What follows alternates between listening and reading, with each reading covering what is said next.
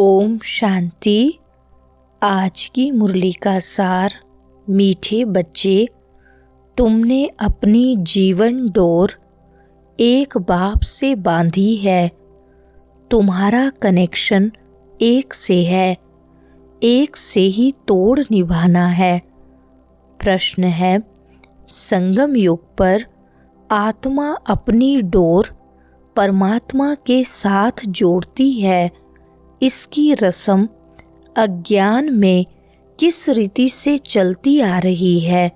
उत्तर है, शादी के समय स्त्री का पल्लव पति के साथ बांधते हैं। स्त्री समझती है जीवन भर उनका ही साथी होकर रहना है। तुमने तो अब अपना पल्लव बाप के साथ जोड़ा है। तुम जानते हो हमारी परवरिश आधा कल्प के लिए बाप द्वारा होगी। सुनते हैं मुख्य पॉइंट्स। पहली पॉइंट, कलयुग में है सब आसुरी मत की बातें। तुम जानते हो हमने जीवन की डोर एक से बांधी है। तुम्हारा कनेक्शन एक से है, एक से ही तोड़ निभाना है, क्योंकि उनसे हमको बहुत अच्छा सुख मिलता है। वह तो हमको स्वर्ग का मालिक बनाता है। तो ऐसे बाप की श्रीमत पर चलना चाहिए। यह है रूहानी डोर। रूह ही श्रीमत लेती है। आसुरी मत लेने से तो नीचे गिरे हैं।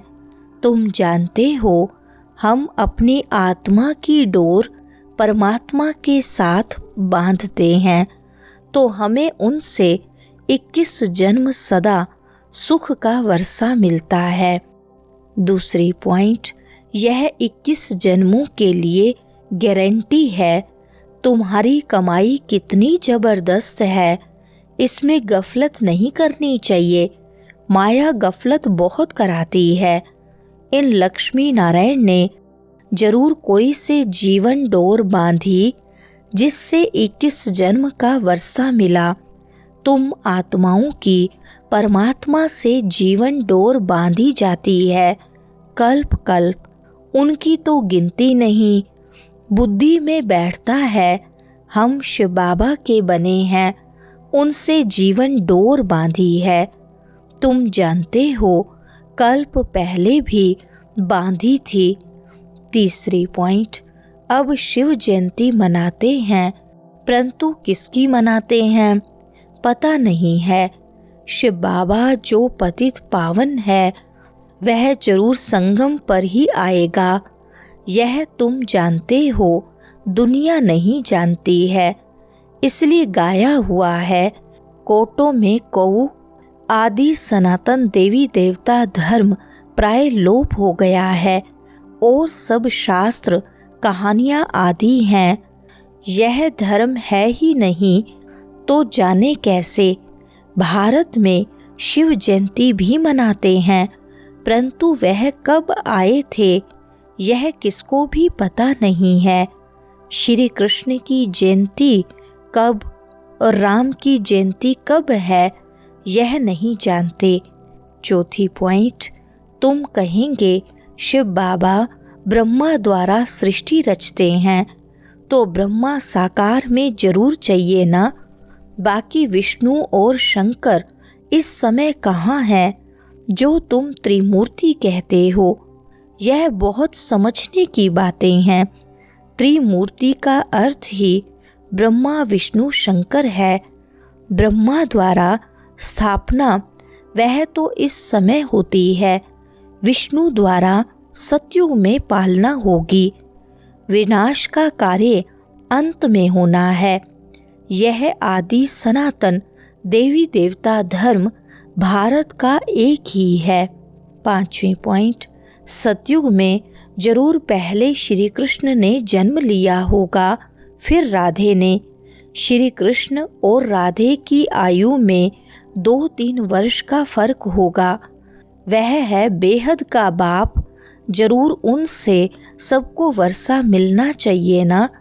ओ गॉड फादर कह याद करते हैं। लक्ष्मी नारायण का मंदिर है, यह स्वर्ग में राज्य करते थे, परंतु उनको यह वर्षा किसने दिया? जरूर स्वर्ग के रचयिता ने दिया होगा, परंतु कब कैसे दिया वह कोई नहीं जानते हैं। छठी पॉइंट, बाबा कहते हैं माया ने तुमको फूल बना दिया है।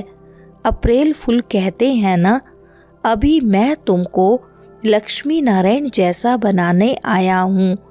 चित्र तो बहुत अच्छे हैं, आज हम क्या हैं, कल हम क्या होंगे, परंतु माया कम नहीं।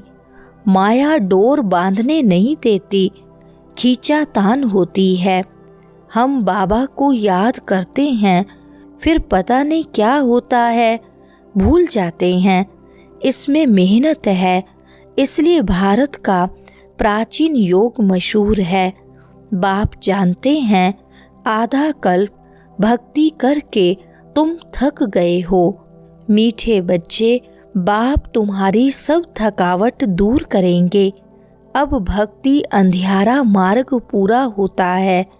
7वीं पॉइंट, बरोबर हम अभी ब्राह्मण बने हैं, यज्ञ में तो जरूर ब्राह्मण चाहिए।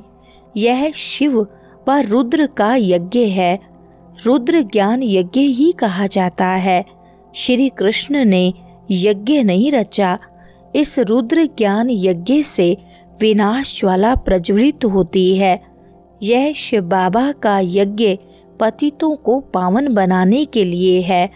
रुद्र शिव बाबा निराकार है, वह यज्ञ कैसे रचे जब तक मनुष्य तन में न आए।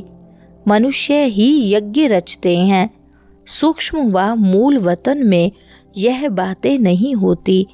8वीं पॉइंट, भगवानुवाच, हे बच्चे, तुम अपने जन्मों को नहीं जानते हो, मैं जानता हूँ। अब इस समय इस तन में 2 मूर्ति हैं, ब्रह्मा की आत्मा और शिव परम आत्मा।